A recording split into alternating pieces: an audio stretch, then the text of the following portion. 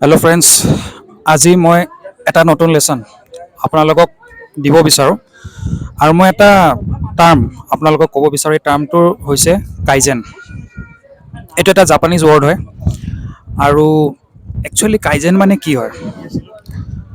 আমি এদিনত যদি সকলো কাম কৰিব বিচাৰোঁ বা সকলো ইম্প্ৰুভমেণ্ট কৰিব বিচাৰোঁ, সেইটো কেতিয়াও পচিবল নহয়, ৰাইট?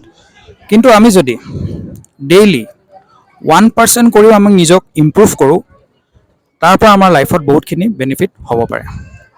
চ' আমি এটা ডেডিকেশ্যন ল'ব লাগে, কমিটমেণ্ট ল'ব লাগে যে আমি এদিনততো নিজক আমি 100% ইম্প্ৰুভ কৰিব নোৱাৰিব পাৰোঁ, বাট লাহে লাহে ডেইলি আমি যদি 1% হ'লেও নিজক আমি ইম্প্ৰুভ কৰোঁ, আমি ডেফিনেটলি যিকোনো কামত আগবাঢ়িব পাৰোঁ।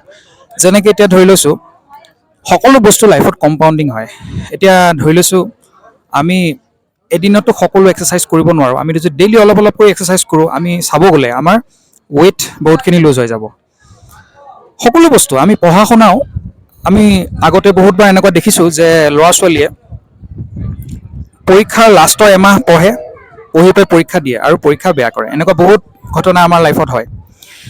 কিন্তু যদি আমি জানুৱাৰীৰ পৰা ডিচেম্বৰলৈকে প্ৰত্যেক মাহত অলপ অলপ কৰি হ'লেও 1 ঘণ্টাকৈ হ'লেও ডেইলি যদি আমি পঢ়া শুনা কৰোঁ, তেতিয়া হয়তো আমাৰ ৰিজাল্টটো বহুত ভাল হয়গৈ। চ' সেইকাৰণে ফ্ৰেণ্ডছ, এই কাইজেন ৱৰ্ডটো বহুত ইম্পৰ্টেঞ্চ আমাৰ লাইফত। এইটো এটা জাপানিজ টাৰ্ম হয় আৰু ইয়াত আমি আমাৰ নিজৰ ইম্প্ৰুভমেণ্ট ডেইলি অলপ অলপ কৰি হ'লেও কৰিব লাগে। 1% হ'লেও আমি ডেইলি আমাৰ নিজৰ এটা ইম্প্ৰুভমেণ্ট কৰিব লাগে আৰু এই ধৰণে ইম্প্ৰুভমেণ্ট কৰিলে কি হ'ব, আমাৰ ডেফিনেটলি লাইফত এটা বহুত ডাঙৰ চেঞ্জেছ আমি পাব পাৰোঁ।